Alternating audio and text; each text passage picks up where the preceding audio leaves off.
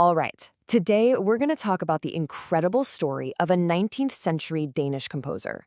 You've probably never heard of him, but his journey, it holds this really powerful lesson about talent, rejection, and just how much one person's belief can change everything. Just think about that for a second. You pour your heart, your soul, everything you have into your one true passion, only to have an expert, a real gatekeeper, just shut you down completely. Well, that crushing moment is exactly what happened to the young man we're talking about today, Ludvig. So, where does this story even begin? Well, it's not in some grand concert hall, not at all. It's actually in a much more practical setting, where Ludwig's early life was this constant tug of war between his duties and his dreams. Ludwig grew up in a really interesting situation. He was the youngest of 13 kids, and his house was just overflowing with music. His dad played multiple instruments, his mom sang, all his siblings were musical, but somehow no one ever had the time or maybe the confidence to actually teach him. So he was kind of left on his own, just listening to the greats like Beethoven and Chopin and trying to figure it all out for himself. So, to make a living, he had a day job. He worked as an apothecary, the person who prepares and sells medicines. A very precise, very disciplined job. But every single spare moment he had was for the piano. He taught himself to play beautifully, completely by ear. And this wasn't just some hobby. You could tell it was his real calling, just waiting for a chance to break out. Well, eventually the day came when Ludwig just couldn't ignore that passion anymore. He packed up, left his trade, and traveled to Copenhagen to get some real training. He was ready to become a professional musician. But this is where his dream just slammed into a brick wall. And he didn't mess around. He went straight to the top. He approached a man named Niels Gade, who was one of the most respected, most important composers in all of Denmark at the time.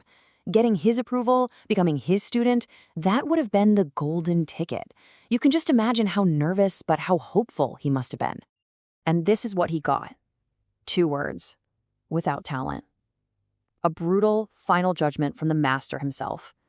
Can you even imagine the weight of that? For so many people, that would have been it. Story over, dream crushed. But, and this is the best part, that's not where the story ends, not by a long shot. Because what one expert saw as a complete lack of talent, another one saw as a raw potential just waiting to be shaped. This next part is the real turning point.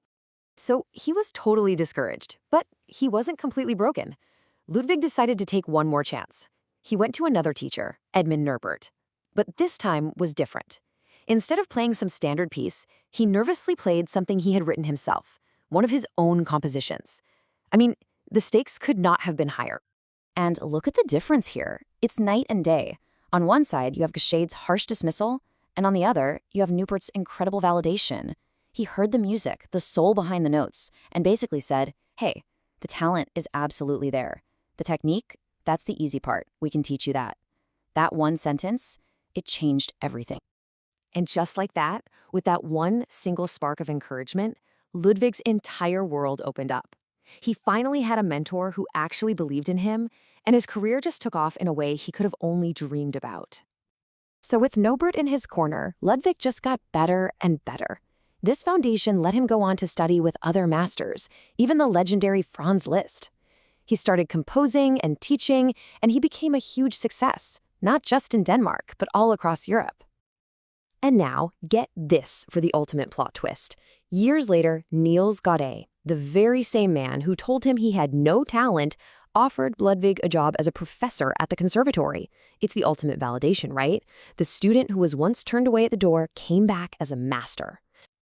So what kind of music did he make? Well, Ludwig became famous for his teaching pieces, especially his etudes. But these weren't just dry, boring technical exercises.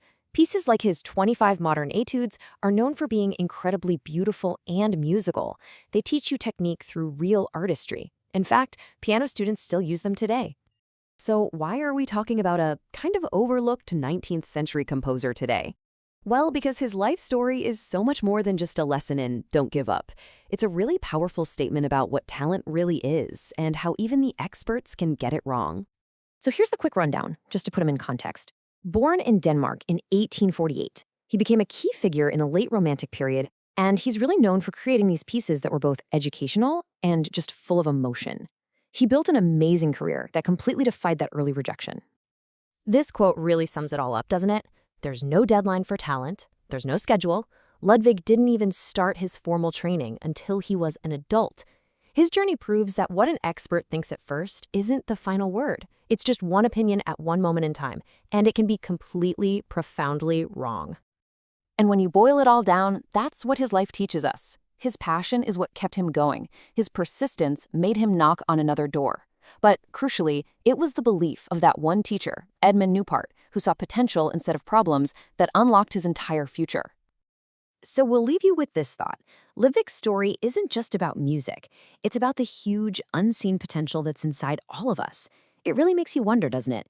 How many brilliant artists or innovators are out there right now, just waiting for one single person to look past the unpolished surface and say, yeah, you've got it. Let's get to work.